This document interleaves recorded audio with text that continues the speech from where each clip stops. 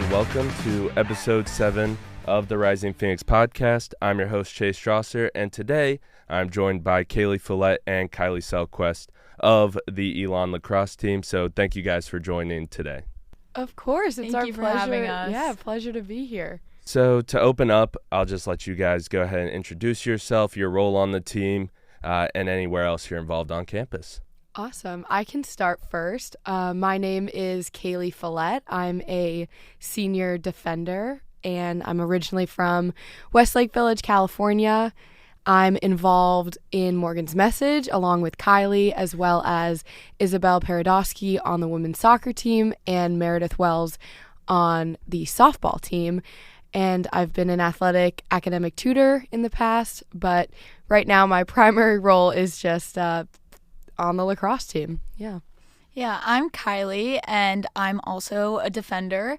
And as Kaylee said, I'm a part of Morgan's Message along with some other female student athletes. And I am also an athletic tutor. Shout out Anatomy Lab. I'm a T-TAP, so that's also what I've been working with. Since you're both on the lacrosse team, let's start there. What were your guys' journey to the sport, especially in a place like California where it's finally starting to grow on the West Coast, but it's not something, it's always been considered more of like a Northeast sport? 100%. Speaking on it now, I was very anti-lacrosse growing up. I did not want to play. My two younger brothers played in middle school, and I saw them. Great for them, but didn't think it was really for me. I entered freshman year of high school, and two of my best hometown friends cornered me into playing, and from then there on out, I've just fell in love with the sport. But yeah, to your point, lacrosse really isn't as big as it is in Jersey or really the Northeast. It's definitely gained some traction. So going back home and going into coaching, like those opportunities, I see it's just completely changed, and it's really exciting.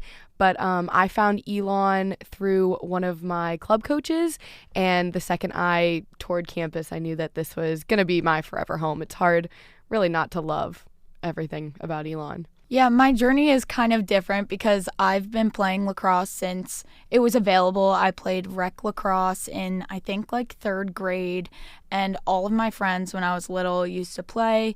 So then come high school, I wanted to obviously get recruited because I fell in love with lacrosse. So going to like tournaments almost every weekend, missing social events in the summer was definitely a sacrifice. But along with that, I made so many new friends on different club teams.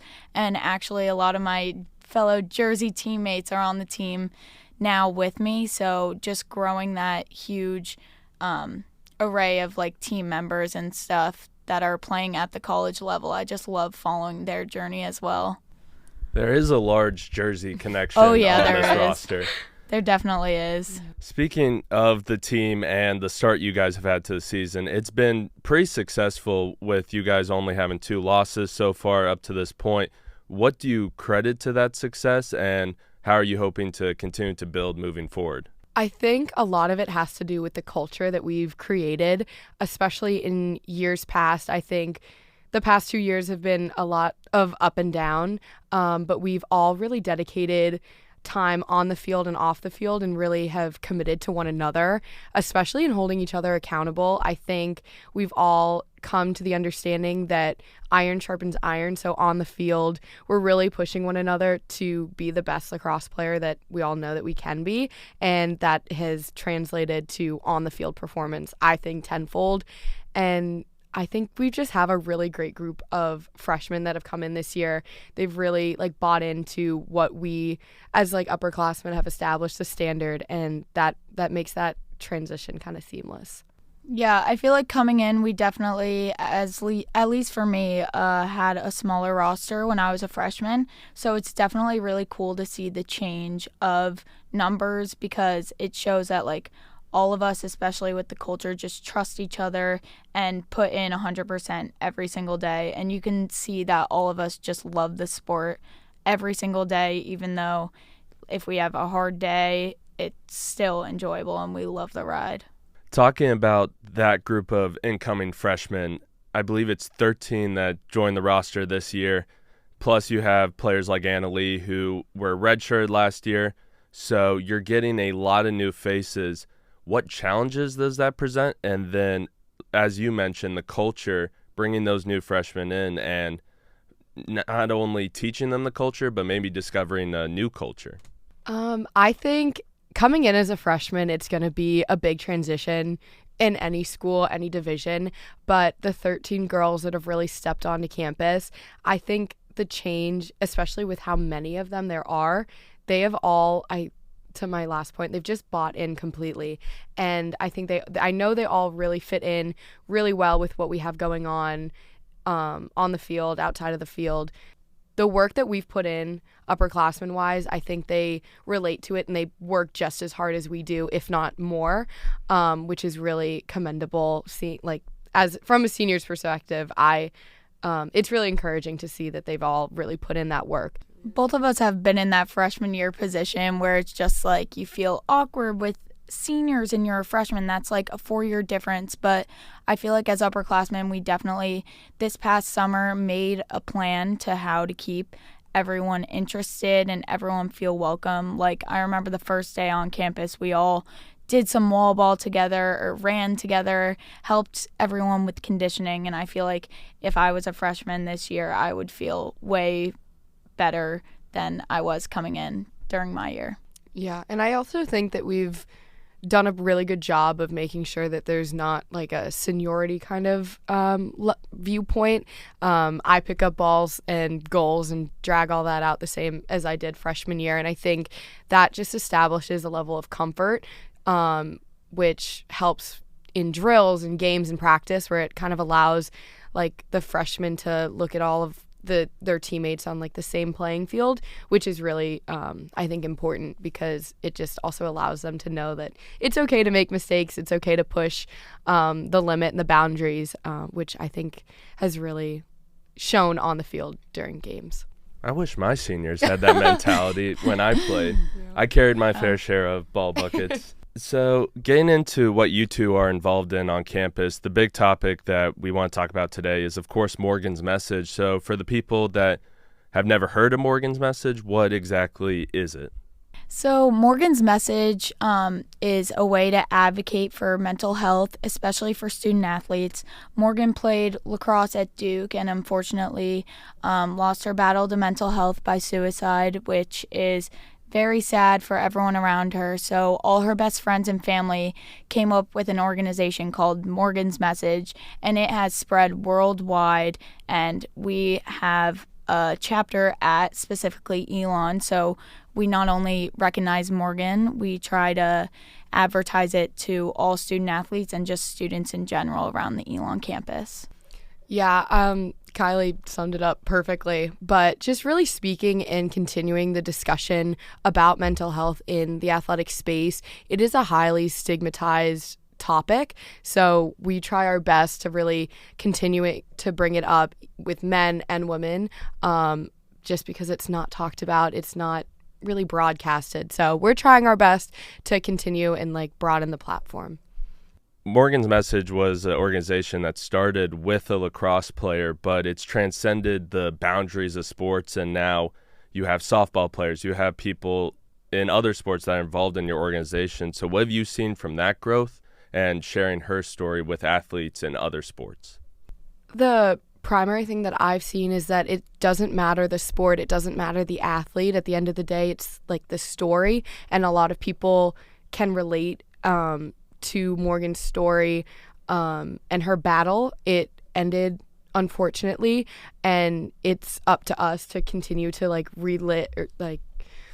continue to talk about her legacy and who she was, because she's not just defined as a lacrosse player or someone who lost their battle to mental health, and I think that is the biggest piece and like takeaway that I've seen, especially with Meredith and Izzy on softball and soccer. They have the same and similar discussions within their teams. It's not just confined to lacrosse, which I think is really impactful. Yeah, I think the whole community is just a safe space to express our feelings about mental health. I know all of us have had individual experiences connected to mental health, which is why we created this like large community to get together and talk about it. It doesn't have to be personal. It can be very personable, but in general, we just wanted to create a community that would talk about it and create like a stress-free environment where you can just open up. Talking about you created this environment, how did you guys get involved with the organization? So for me, it started 2 summers ago. I struggled a lot with anxiety myself, and in the summer especially, I didn't really know how to open up or if anyone actually talked about it. So I kind of held it in until I kind of had a breaking point and my families realized, and they got me help. I ended up being diagnosed with general anxiety disorder and social anxiety disorder. So I never realized how much just a diagnosis and like a hey, like it's okay, you're okay. And I ended up getting on medication and I'm doing amazing. And that's why I just want to translate to people that it's okay to open up and talk about your feelings, because even though you might seem like embarrassed or feel like it's not talked about enough, it's okay to open up and feel your feelings. And then how I got involved with Morgan's Message, I kind of hit a breaking point my sophomore year of college, just seeing how mental health really affected the people that I loved and cared about. Seeing like Katie Meyer's story, she was a Stanford soccer player from the town over from me, and then Sarah, a Wisconsin runner, someone I knew growing up. So it hit me all at once, and I have felt similar feelings, and knowing that I craved a discussion, like a safe space to talk about my feelings and wanted to be there for those around me. I was ready to become involved in Morgan's Message, and I'd heard about it before and seen their mission and their goal, and I've understood it and stood by it for so long that I really wanted to try to be a voice of change, and I knew I couldn't do it alone. So I was so thrilled when Kailee reached out, and we've worked really hard to try to continue our presence on Elon's campus. I feel like over the last couple of years, we've seen this transition of, like you guys mentioned, the stigma, mental health. It was only a couple of years ago that it was not frowned upon, but I guess you could describe it that way. What have you guys personally seen now that you're upperclassmen of the transition from your freshman year to now, where that conversation is heading? I feel like now, since like compared it to COVID, not a lot of people really knew about what mental health was. Like for me, my personal like thought process during like COVID years, like 2020, mental health is like for people who really have a deep problem and aren't suicidal, stuff like that. But no one understands that mental health can just be like an anxiety attack or panic or stuff like that. I feel like now that me and Kailee are putting it in conversation, not just to our team, but to the whole community, it helps everyone just open up if they want to just make themselves feel better. Yeah, and I think in a like smaller setting, our team, I know my freshman year and even my sophomore year, I don't think I would have had, not the guts, that's not the right word, but I wouldn't have had, I guess, the initiative to go to some of my teammates. It doesn't matter if they were like some of my closest friends or my upperclassmen. I would have just kind of felt those feelings alone. But I think the conversations that Kailee and I have had with the team and in meetings and on social media platforms, I see the transition of teammates really kind of branching out and saying, hey, like, I'm not okay, and feeling not okay is okay. At the end of the day, like, people have feelings, and those feelings, when they're left kind of to the side, they start to grow and they start to build. But I think on the lacrosse team, we've had a really, really good culture in that sense of having those conversations and being kind of there for each other. No matter who you are, if you're a freshman talking to a senior, those conversations are comfortable to have, and they're being had, which is really exciting, because I don't think that, I know that wasn't the case my freshman and sophomore year. Talking about the experience of bringing a program like this to your teammates, to your coaching staff, to the people in the building, what was that experience like at first? I don't know if nervous is the right word. I knew my coaches would understand the goals and the topics discussed, but it is always a little nerve-wracking to go up to your coach and say, this is what I think we need for the team. This is what, Kailee and I have been wanting to do. And we were met, I think, with open arms. I know we were met with open arms. Our head coach, Josh, he's been really great about accepting and kind of like bringing it on to the team. And he's asked questions to understand how he could be a better resource, I guess. So that was really exciting. And I know our trainers have been incredible resources.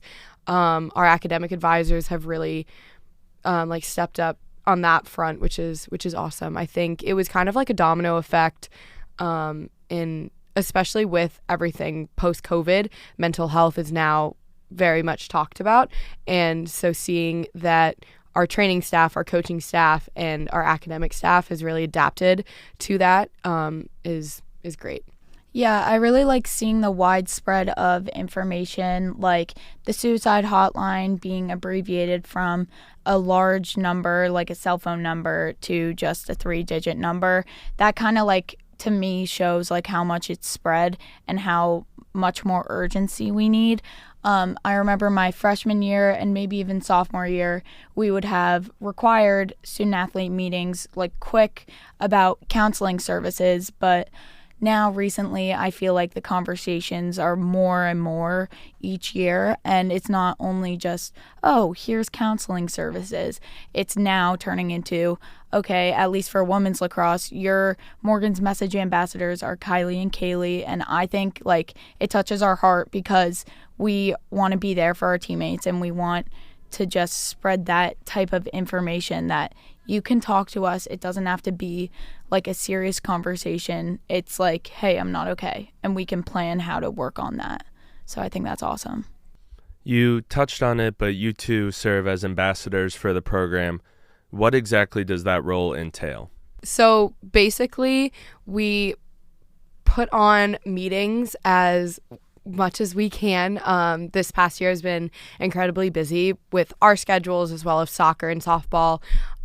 So in last year, we put on meetings. We try to put resources out on our social media page. We put on dedication games, just kind of putting out Morgan's Message, their goal, and just continuing the discussion and topics as best that we can. At the end of the day, we are both very human and we have bigger plans, but with our schedules, unfortunately, it's not as realistic, but we continue to just kind of be essentially resources to our teammates and student athletes campus-wide, in ensuring that people know that physical and mental health both are synonymous. They are both very, very important. Your problems don't have to be seen for you to be struggling. Yeah, touching on dedication games, I think that's one of our most advertised Morgan's Message type of games, because it's in the beginning, we all line up and they all talk about Morgan's journey for the specific dedication game. And I think it's really cool that they do that in the beginning, because it tells us that we're not alone, and although we're playing a game of lacrosse against a team we want to crush and stuff like that, they're human too, and both sides of the field, we can all come together in that way before we start playing and give a little moment of silence, a little recognition that we're all human. We're student athletes, which is really tough, but it's also amazing at the same time. So I think it just recognizes all student athletes, even the people we play against. You guys have mentioned your busy schedules, you're a student athlete. You're also trying to sort of establish this program and continue to grow it. What difficulties does that bring? I think definitely being in season, that is just sort of like an uphill battle. There's not a whole lot of time in the day. 24 hours seem like it just goes away in the blink of an eye. So I know Kailee and I do a very good job of kind of constantly communicating about how we foresee, for instance, our dedication game coming up in March and kind of our vision for that. We were doing t-shirts and kind of emailing back and forth with our Morgan's Message liaison on providing like free resources like wristbands and stickers and brochures, stuff like that. So we kind of just try to format it around our schedule. It also does help that we live in the same building and spend so much time together. So a lot of those conversations sort of happen naturally, and it is something, Morgan's Message and mental health is something that we are so passionate about that it kind of just comes up in conversation regularly. So that makes it a little easier, but definitely just balancing our workload on and off the field with what we want to do with Morgan's Message. That's, I think, the hardest struggle that we have. Yeah, I think having Meredith, who plays softball, and Izzy, who plays soccer, is also great to expand the message and advocate for her team.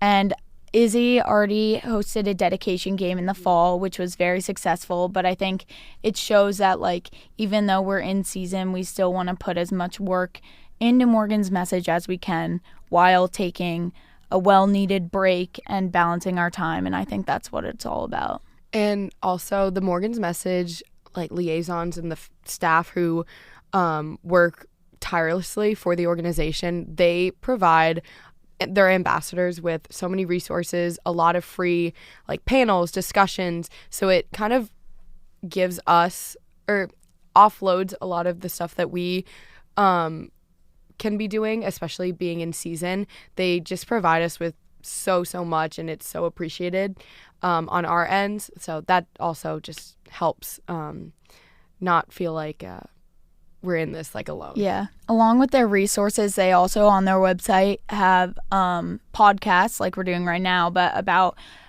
specific people's mental health and like their experiences through getting involved with Morgan's Message. And they also have stories. So I posted a story on that, and I found it was really cool once I posted that story that friends old and new have reached out to me opening up. And I feel like that just shows how much of a safe space and how much the Morgan's Message community can actually change the conversation. You guys have your dedication coming up. It's on March 16th versus Monmouth. Talked about some of the things that people can get if they show up, but also the stories that are told at the beginning. In general, what are the goals of having a dedication game, and how important is it to have that on the calendar and have it say on the schedule, this is a Morgan's Message theme night? I think I'm going to sound like a broken record, but definitely continuing and emphasizing that mental health should be destigmatized, and we're working to continuously to destigmatize the conversation of mental health in the athletic space. But also, I think having a dedication game on the schedule online just goes to show that Elon University Lacrosse, this is the message that Morgan's Message puts out, like it's synonymous with what Elon Lacrosse stands for. And I think that is just really important to get across to prospective commits and people that look at the university, especially our team, but also for the girls that we play with and against, that lacrosse is an outlet at the end of the day. It does not just define you. You're more than just a lacrosse player. You're more than just a student. You're more than just an athlete. So I think having those dedication games really allows people almost like to take a step back and remember, okay, I'm human at the end of the day. I'm more than just an athlete and the stats that I produce on the field.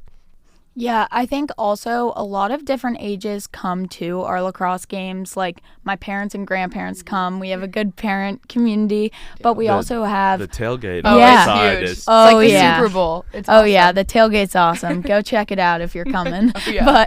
But we also have young kids from Alamance who come, for example, with their lacrosse teams or their soccer teams, who probably are just like, oh, what's that big butterfly on their shirt? And then like they realize it's a Morgan's Message game, and then maybe their parents will talk about mental health to them, and it kind of just spreads that way. So I think that's the main part of it, that like you're watching a lacrosse game. It's an awesome game, but it's also for something bigger. You received this embrace from your team when you brought Morgan's Message to them and started this conversation or continued the conversation. Have you ever been met with doubters? Because it feels like you go online, sometimes you see these amazing posts, amazing stories, and then there's still people that are saying, not the best things. Have you come across that? And, how do you handle those situations? Well, I feel like social media in general is just a big negative at sometimes, but it's also a big positive sometimes. So it just depends on how you use it. Us personally on our Morgan's Message Instagram account, it's more just spreading awareness, which has been a great tool. But also we recognize that there can be negative stuff on the internet and that can trigger mental health. So I think us using it as an advertising tool and like a safe space, that we haven't had issues now, and if we did in the future, we would definitely block them out. And during our meetings, we do talk about social media and how that can be a threat to mental health. So I think it's just important that we use it as more of an advertising. 100%. I think social media is such a double-edged sword. To Kylie's point, I mean, you have people like Caleb Williams standing up at the NFL Combine, and he's been just such a great resource for mental health, and just continuing that discussion like in the male athletic space. So that was really exciting to see, especially last year football season. But he also gets a lot of backlash and a lot of hate for something that he is passionate about. So again, we personally haven't had any backlash on our end, but it definitely is something that happens, and I don't want to negate that. But I think it just, social media at the end of the day is what you make of it, and I think we're going to continuously like work to just be advertising Morgan's Message goal and topics. As upperclassmen, sadly your Elon careers are closer to the end than the beginning. So sad. Yeah.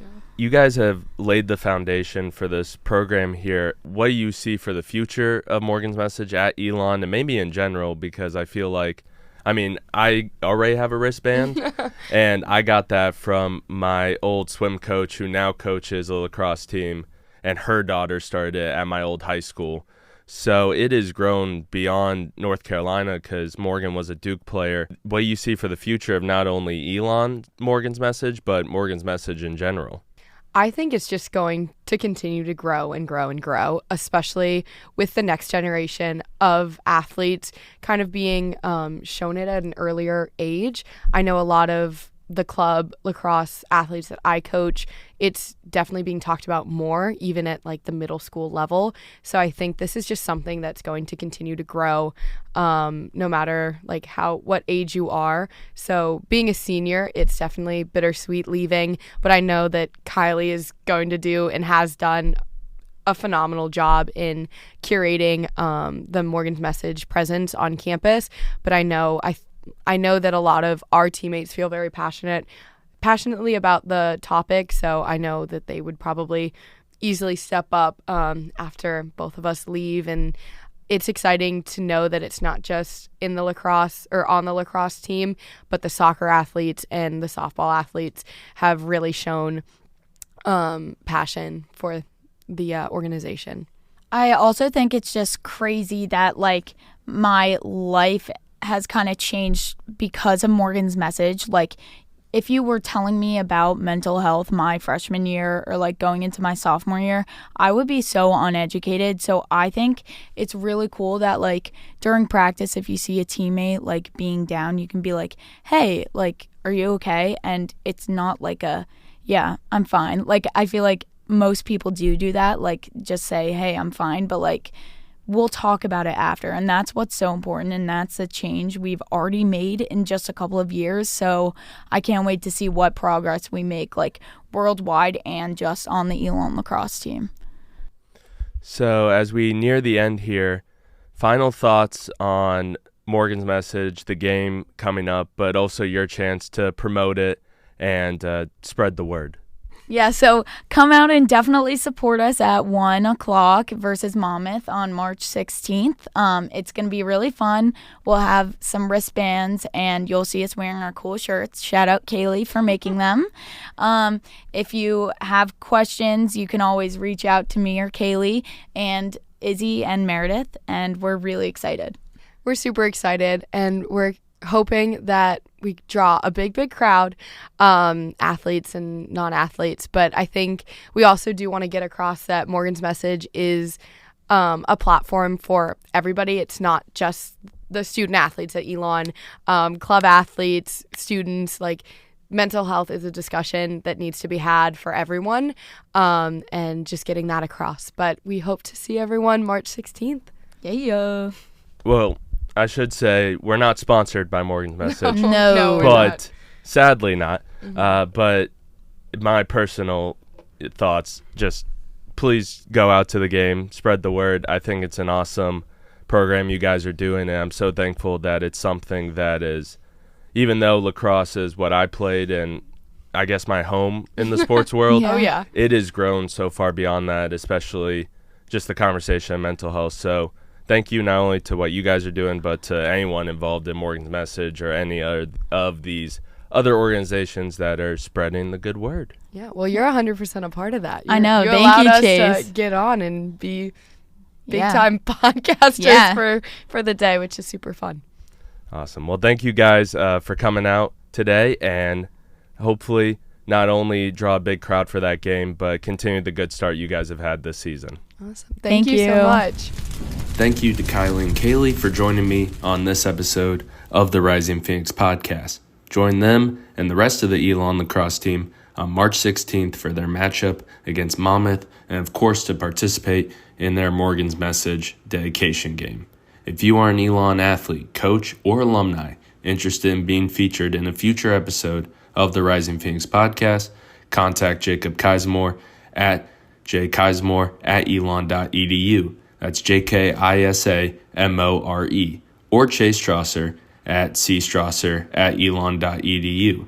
That's CSTRAWSER@elon.edu. Make sure to follow us on all of our social media channels. We're on Twitter or X at EU Rising Phoenix and on Instagram at Elon Rising Phoenix. We are also now on TikTok at Elon Rising Phoenix. New articles, graphics, and other content can be found on any of these platforms. Finally, new episodes of the podcast will premiere every other Wednesday, so check back every few weeks for a brand new episode with an exciting guest. Thank you for listening to this episode of the Rising Phoenix podcast.